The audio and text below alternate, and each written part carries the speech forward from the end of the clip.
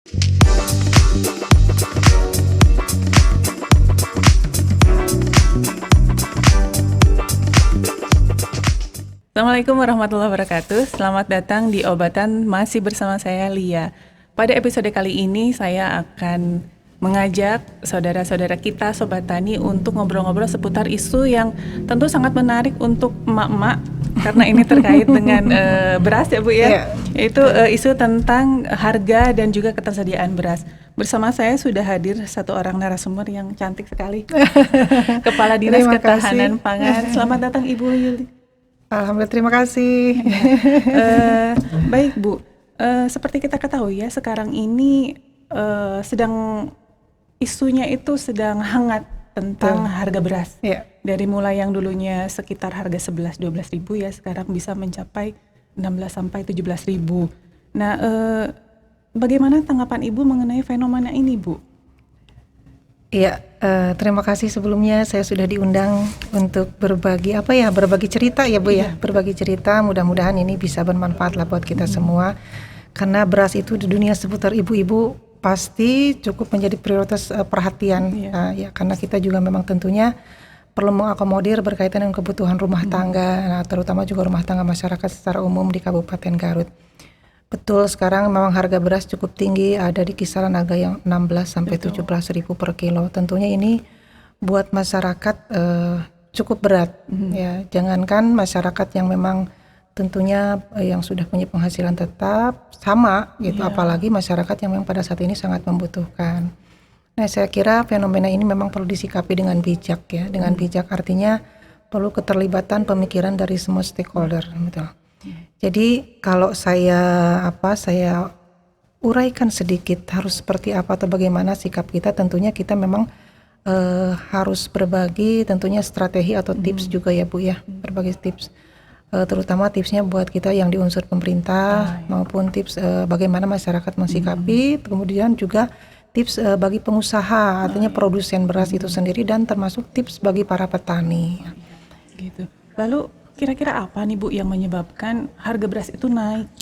Iya, mungkin saya sedikit jelaskan dulu yang tadi bahwa dengan fenomena seperti ini tentunya kita memang harus berpikir cerdas ya Bu ya. Berpikir cerdas artinya kalau masyarakat memang di sini harus mampu memilah mana kebutuhan yang paling utama. Artinya pengeluaran yang paling utama di situasi beras yang cukup tinggi, tentunya juga kita perlu menekan ya kebutuhan-kebutuhan lain yang tidak terlalu penting. Kemudian juga memang kita sepertinya sudah harus kembali menggencarkan kemungkinan mencari alternatif pangan lain pengganti beras yang memang sumber karbohidrat ya Bu. Betul, sumber karbohidrat yang saat ini kan kita lebih ke konsumsi beras itu cukup tinggi. Jadi ketergantungan beras yang cukup tinggi sehingga bisa menjadi salah satu penyebab bahwa harga ini bisa menjadi naik ya, permintaannya tinggi, sementara kita punya potensi komoditi sumber karbohidrat pengganti beras yang cukup tinggi, kata seperti jagung singkong dan makanan pengganti lainnya. Nah, kemudian juga kita perlu adanya sepertinya upaya budidaya sendiri ya yang memungkinkan bisa dilakukan oleh masyarakat. Kita ada di posisi sebagai institusi yang di ranah rumpun pertanian. Kita punya rekan-rekan penyuluh yang bisa menjadi pendamping kalau memang saya tidak paham nih tentang budidaya, tetapi kita sebetulnya bisa bersinergi dengan para tenaga penyuluh pertanian, bagaimana cara budidaya. Ya, ini satu hal fenomena yang mau tidak mau harus kita sikapi. Yang tadinya kita tidak bisa ya mungkin kita harus belajar, tetapi bukan berarti bahwa semua harus menjadi petani, tidak juga. Tapi minimal kita untuk sendiri kita bagaimana memberdayakan generasi-generasi yang memang pada saat ini mungkin cukup potensial tapi mereka belum punya ladang usaha, ya why not ya, bisa diarahkan ke sana. Kemudian penghematan konsumsi, dan saat ini juga sedang ada bantuan-bantuan dari pemerintah yang berkaitan dengan ketersediaan beras. Saya kira masyarakat bisa ya memanfaatkan momen itu, dan tentunya kita di unsur pemerintahan juga bisa melakukan tindakan dan advokasi. Tindakan advokasi bagaimana kita menggiring, melakukan kampanye, menekan pemerintah atau produsen beras agar mengendalikan harga beras. Saya kira itu ya kalau kita mensikapi hal-hal seperti itu. Tidak hanya bisa satu pihak ya Bu ya. Iya betul, harus semua pihak terlibat di sini. Kemudian kalau yang berkaitan Ini kira-kira penyebabnya apa? Saya kira dengan cuaca kondisi ya ekstrim El Nino, kita tentunya ini mempunyai sumbangsi yang cukup besar terhadap kasus kenaikan harga beras. Sehingga dengan kondisi ini keterbatasan barang atau keterbatasan stok beras, sehingga permintaan kan akan tetap tinggi. Sementara produksi menurun. Betul, produksi menurun karena permintaan tinggi, yaitu ketergantungan masyarakat terhadap berasnya itu cukup tinggi, sehingga memang perlu ada edukasi lain. Kemudian dengan kondisi seperti ini juga ditunjang oleh biaya produksi yang cukup tinggi, sehingga stok jadi terbatas ya. Dan ya yang tidak bisa kita lepaskan juga biasanya spekulasi pasar nih. Ya, nah ini bagaimana peran pemerintah nanti bersinergi dengan para produsen. Nah itu bagaimana kita menekan jangan sampai ada penimbunan atau misalkan mempercepat jalur distribusi, mempermudah akses. Nah ini saya kira peran kita pemerintah cukup tinggi, dan saya kira dengan situasi politik juga itu sangat berpengaruh, karena memang pada saat ini terlepas dengan menghadapi tingkat kesejahteraan masyarakat yang memang harus dibantu, artinya pemerintah perlu bantuan-bantuan pangan yang disalurkan kepada masyarakat, dan tentunya dalam biaya produksi yang tinggi perlu memerlukan energi yang tinggi. Nah berarti ini berpengaruh terhadap biaya produksi. Saya kira itu. Ternyata banyak ya penyebabnya. Banyak. Oke. Lalu dari DKP sendiri, Bu, langkah-langkah strategis apa untuk menangani fenomena ini? Ya. Jadi sebetulnya untuk menanggulangi permasalahan yang berkaitan dengan pangan, memang perlu sinergi berbagai lintas sektor. Artinya kalau kita sendiri sebetulnya Dinas Ketahanan Pangan, satu hal yang tidak boleh kita lepas, kita harus senantiasa bersinergi, berkoordinasi, terutama kalau berkaitan beras adalah dengan Dinas Pertanian. Betul. Yang tentunya di sini punya tugas dan fungsi meningkatkan produksi. Nah ya, dengan berbagai permasalahannya di lapangan, tentunya kita pupuk dan segala macam SDM apapun itu ya, keterbatasan lahan atau apapun. Saya kira kalau lahan kita cukup banyak ya, tetapi dengan alih fungsi lahan, nah itu saya kira kita tetap harus, saya dari Dinas Ketahanan Pangan tetap harus bersinergi ya dengan pertanian, bagaimana nanti kita bersama-sama pertanian mungkin di dalam meningkatkan produksinya, Dinas Ketahanan Pangan juga di dalam bagaimana mengedukasi masyarakat di dalam pemanfaatan hasil produksi. Nah, saya kira itu di produksi. Yang kemudian langkah selanjutnya itu berkaitan dengan diversifikasi pangan atau penganekaragaman pangan. Seperti saya sampaikan, kita meminimalisir ketergantungan terhadap satu jenis komoditi pangan tertentu, sehingga kita memang salah satu target bahwa pencapaian program ketahanan pangan itu adalah skor pola pangan harapan, yang memang indikatornya itu dengan keanekaragaman konsumsi pangan. Jadi nggak ada istilah lagi ya Bu ya, kalau belum makan nasi belum makan. Iya, kita kadang sudah makan mie satu mangkok belum makan gitu, karena kita belum makan nasi. Makan singkong satu wadah belum makan karena kita belum makan nasi. Jadi sebetulnya, nah inilah salah satu peran kita, terutama Dinas Ketahanan Pangan, memberikan pemahaman, memberikan edukasi kepada masyarakat bahwa untuk diversifikasi pangan ini sangat penting. Ada makanan pengganti, ada makanan substitusi atau komplementer pelengkap. Nah kalau pangan ini, kalau beras ini saya kira lebih ke substitusi, nanti bagaimana mencari penggantinya untuk pengganti berasnya. Sebenarnya kita kaya ya Bu ya, akan umbi-umbian. Nah tapi kembali kepada bagaimana kita sekarang menggali potensi itu sebetulnya ada. Dan salah satu hal yang mungkin menjadi salah satu penyebab masyarakat atau masyarakat kita kurang respon terhadap komoditi selain beras misalkan. Bisa saja bagaimana penyajian, bagaimana pengolahan, nggak cuma direbus ya. Harus menarik ya. Apalagi anak-anak sekarang. Kalau untuk kita ya mungkin masih masuk lah ya, masih masuk untuk dimakan. Tapi anak-anak sekarang kita tahu sendiri dengan pola seperti itu, tentunya kalau tidak menarik ya mereka juga mungkin respon terhadap untuk mengkonsumsinya juga kurang.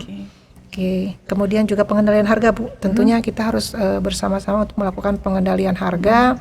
Ya intervensi dengan menyediakan stok beras untuk pangan pemerintah ya. Nah ini tentu tetap ini harus sinergi dengan dinas-dinas terkait bagaimana kita di dalam pengendalian harga. Saya kira itu Bu. Terima kasih. Lalu ini Bu, kurang dari 1 bulan lagi kita menghadapi bulan Ramadan nih. Kemudian setelah itu tentu ada Idul Fitri. Nah, biasanya tingkat konsumsi masyarakat terhadap pangan itu kan lumayan ya naik. Nah, kira-kira apakah aman nih ketersediaan pangan untuk menghadapi bulan Ramadan dan Idul Fitri? Iya. Kalau kita membaca hasil prognosa ya Bu ya, jadi prognosa itu kita mengukur ketersediaan pangan yang memang saat ini memenuhi atau tidak untuk kebutuhan masyarakat di Kabupaten Garut. Yang tentunya data dasar prognosa ini adalah dari dinas, kalau untuk komoditi sayuran, horti itu dari Dinas Pertanian kita, itu datanya kita olah. Kemudian ketersediaan pangan, sumber pangan hewani itu dari Dinas Peternakan, Perikanan Peternakan. Data dasarnya tetap sama, yaitu yang kita dinas tapi kita olah.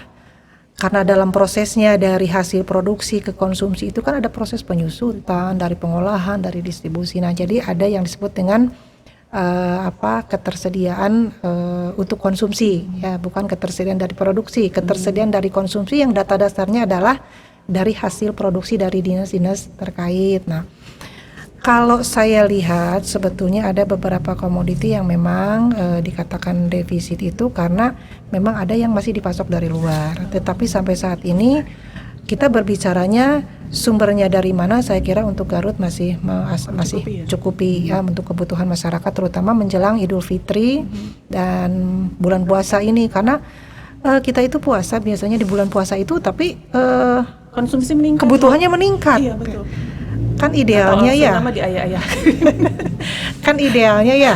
Kalau berpuasa kan kita tidak makan nih di siang hari sampai menjelang maghrib gitu. Makannya hanya malam saja kan.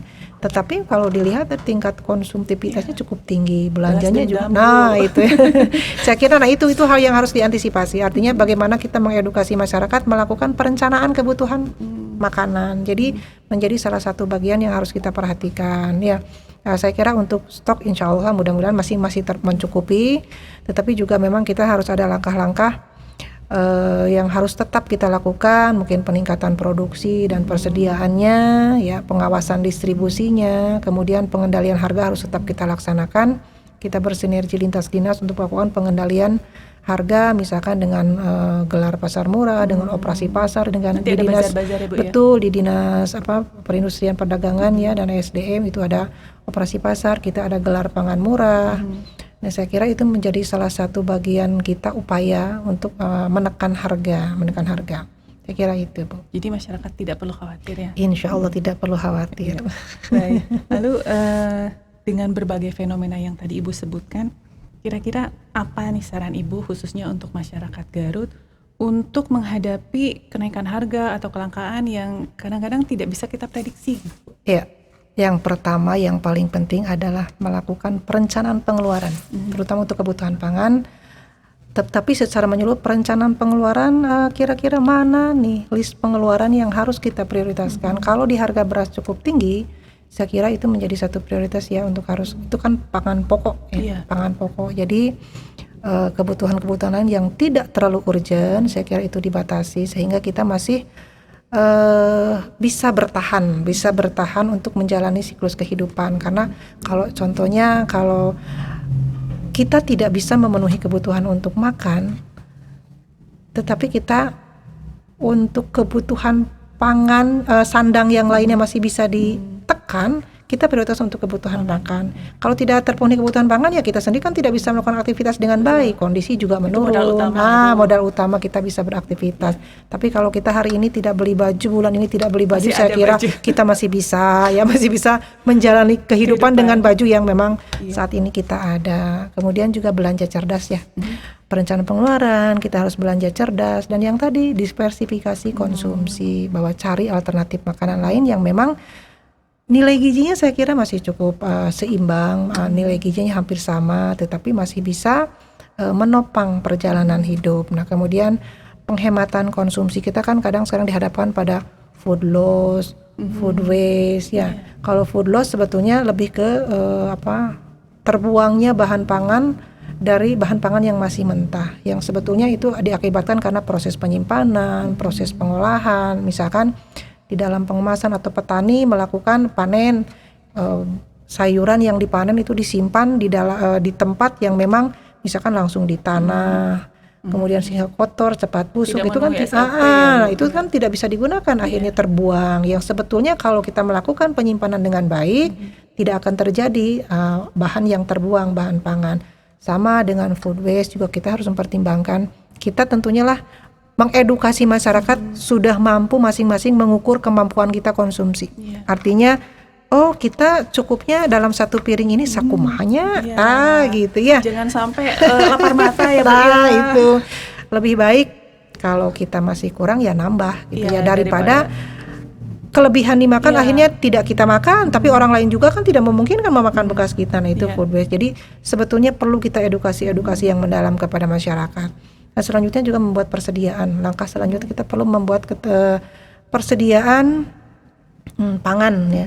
Nah seperti saya tadi, kita ada manfaatkan bantuan-bantuan pangan yang ada dari pemerintah atau persediaan dari pengaturan perencanaan, kita akan mampu membuat persediaan yang maksimal sehingga kita di dalam planning ke depan 1 bulan ke depan paling tidak kita masih bisa nih persediaan kita. Yang kedua, persediaan juga dengan pemanfaatan lahan.